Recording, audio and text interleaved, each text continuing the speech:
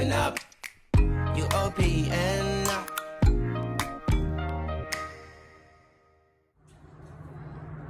Hey everybody, it's Simone. I had started working on a video earlier in the week and my voice was really scratchy because I'm getting over a little cold, nothing major, and I just wasn't real happy with the way it came out, so I'm redoing it now. Sitting outside, family's inside kind of chilling, and it's a chilly day here in East Tennessee. Spent the morning with Michelle. Her daughter Trinity was in a color guard performance, her first one of the year, so that was pretty cool. We got to go and support her. And then we just kind of have a little bit of downtime as we're winding down for the day. You know, and I'd seen something on social media early in the week.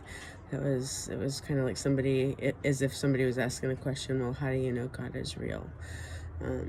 Well, I don't know that I can give you all the facts on that, but I can tell you, you know, it's like, as far as, well, let me kind of go back there, you know, proof, you know, everybody, you get all the unbelievers that want proof and things like that. Well, my proof for me is what he's done in my life. So that's what I can tell you about. How do I know God is real? I know God is real because of what he's done in my life. You know, even though I know you guys know that I went through a divorce and things like that, there was, you know, we had some miracle stories despite that, you know, in the midst of the marriage, and unfortunately we weren't able to overcome, but there were some miracle stories, not only marriage-wise, but healing-wise within my now ex-husband. Also, when my son was born, some stuff I can share with you there is, you know, everything was, well, we had a hard delivery. Actually, a lot of things tried to stop that whole pregnancy from happening to begin with, but the pregnancy was perfect, had hard delivery, but Christopher seemed like he was fine. And, you know, so we're in the hospital the 2 days, and on the second day we're getting ready to leave, and they decided to keep him.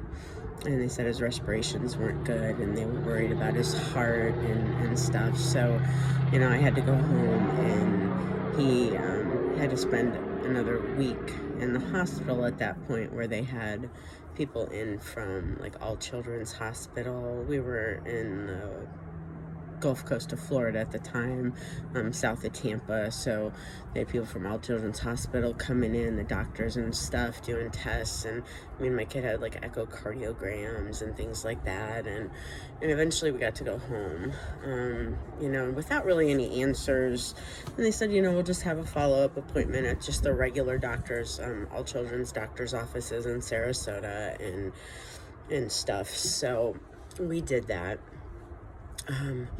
And we were sitting there, and the doctor, you know, they ran some tests, whatever. The doctor comes in and says, you need to just go ahead and head up to All Children's Hospital in St. Pete and check in. You know, you might want to check into the Ronald McDonald House while you're there, and whatnot. And I was just like floored. I mean, I'm a first-time mom, and I have no idea what's going on, and you know, this is my little boy, right, my baby. And so I called one of my prayer warrior friends, right? I texted her, and it just so happened she was right down the road. Now, she had a cleaning business, and there was a house she did like right down the road from there, but it was done only like rarely, right? So it wasn't even a regular thing. So how is it that she just so happened to be right down the road, and she was at that office probably within like, I don't know, 10 minutes, something like that. And she said, and she prayed with us. And so we went up, you know, we'd been home a week, went up to the hospital, and we were there, I don't know, 10 days, something like that, 10 to 14 days. I can't remember exactly right now, but where they ran all sorts of tests. I mean, for the second time, my baby had an IV in his head, and they're running all these tests, echocardiograms, EKGs, you know, even had a heart catheter at like 3 weeks old. And I know he'll never remember it, but I'll never forget it. You know, and actually, you know, they couldn't find anything wrong with him. They just had these symptoms, right? But they couldn't find what was wrong. So we got to go home and, had some follow-up appointments at All Children's and the regular doctor's offices in Sarasota. And then the doctor came in the one day and said, we just don't know how to explain this, but everything is okay. Your son's fine. All his tests are perfectly fine now. And I don't know if you've ever been in that shoes where a doctor is just like, we don't know how to explain this, but I know how to explain it. I do. That was God working. And I mean, we knew people, that knew people around the world, and we had people basically around the world praying for my son. And after some time went by, they said, well, maybe he just took a little bit more longer to normalize, but all his tests are perfect. Like, his heart is healthy and strong. There's like nothing wrong with this child. You can have a few follow-ups and maybe a periodic check and whatnot, but everything has been fine. Christopher has had no problems at all since then. So yeah, the devil is a liar. Just remember that. The devil is a liar, and his purpose is to kill, steal, and destroy. And you get all those symptoms coming up and all those things that we may face. And God says, nope, that's not my truth. My truth is the doctors may not know how to explain this, but I know how to explain this. Christopher is a child of God, and he's just fine, and there's nothing wrong with him. And so, and I've had many more examples in that too. My ex-husband had a heart condition, and after tests and then results getting delayed and things like that, remember the doctor sitting down with him with one of those, we just don't know how to explain this, but we've sent your heart tests, to major heart centers and stuff, and your heart function is 99% normal. And it went from desperately needing a pacemaker defibrillator to your heart function is basically normal. So, and we don't know how to explain this. So, yeah, that's how God works. That's how God works in my life. And there's been so many different things. You've heard like bits and pieces of my story already, and God has always provided whenever I've had fear, whenever I haven't known how this was going to get taken care of or that was going to get taken care of. I remember a couple of Januaries ago, I hadn't been at my job like 6 months, not even, and I was like, gosh, I really need tires on my car, and I know that's going to be not cheap because, it's a Kia Forte, but, it's got the low pro tires. It's the sport model, right? So, and we got a major bonus at work that January, and that paid for the tires on my car. God just keeps telling me beyond a shadow of a doubt, hey, Simone, just in case you forgot, I've got you and the kids in the palm of my hand, and that's where you're gonna stay, and I've got this. So yeah, you may have to walk through life, and you may have to walk through stuff, and that's okay.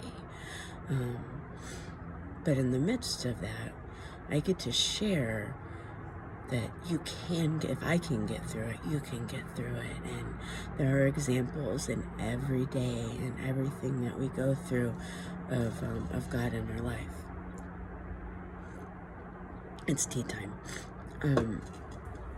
But yeah, so, there are always examples of God working in our life,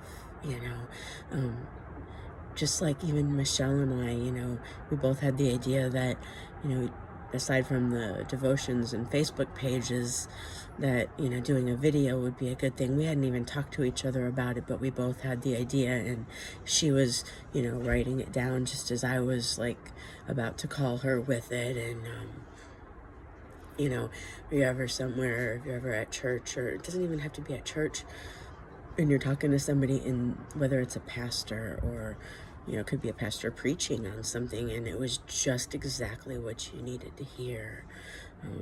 those are examples of God working in our life. And I talk to my kids all the time, and trust me, I struggle as a parent. I struggle as a person sometimes, but struggling with the kids, and but I always talk to them. We always talk about God, and we always talk about Jesus, and we always talk about trying to do things for other people. And Christopher's been getting in bed at night, and he gets up in bed on the top bunk. He's like moving his finger around, going like a circle around him, like pointing around, and thinking, well, gosh, are you praying over bad dreams? Are you praying over safety? And he's like, well, it's, just like God praying over the world, and he's just like going in a circle, like if God was looking around the world. And so my son's been just doing this randomly out of nowhere before he goes to bed at night. And those are examples of God working. Those are examples of God is real. And for the one who doesn't believe, for the disbeliever, we gotta pray that they just open their heart, and they have eyes to see and ears to hear, and that they just open their heart to it, or that God just zaps them with a whammy that just says, oh my gosh, what was that? And then all of a sudden there's the realization. But it's more that, hopefully they see something, they hear something, and we may be the only good example of that somebody may see, and maybe not the only example, but maybe we would be the example that they may need at that time, and as I share good things with you, I can also share my failures with you. And I'm not a perfect person, I'm not a perfect parent, and I raise my voice more than I should, and I work on it, and but we're not perfect, and God understands that. But then going back when we make mistakes, and like I show my kids, like, hey, I'm sorry, Mommy shouldn't have did that, or you're right in that instance, that answer was right, and I'm sorry that I made a mistake. But also going and showing them that we can apologize, we can admit when we were wrong, and we can move on, and we can move forward. And as a parent, I know that can be hard. We want to show, our children that, our example is right. But, our example isn't always right. But we can also show them that it's okay to be wrong, and it's okay to admit that we're wrong, and it's okay to know that we always need to work on ourselves. So, yeah, and I'm an emotional basket case half the time, well, probably 75% of the time. So, I'll start talking and I'll start crying. So that's just normal for me. But it just also means I just have such a heart for trying to share just experiences with other people. We never know. Maybe we can share something with somebody so they don't have to go through it, or maybe we can share something with somebody just to help them heal from a situation, or whatever the case may be. Never doubt that what you have to offer is enough, because it is. Because you're enough, and what you have to offer is enough. And just seek that quiet time with God a little bit every day, even if it's a few minutes. And then when you talk to Him, listen to hear Him talk back to you, because He will. Have a great day.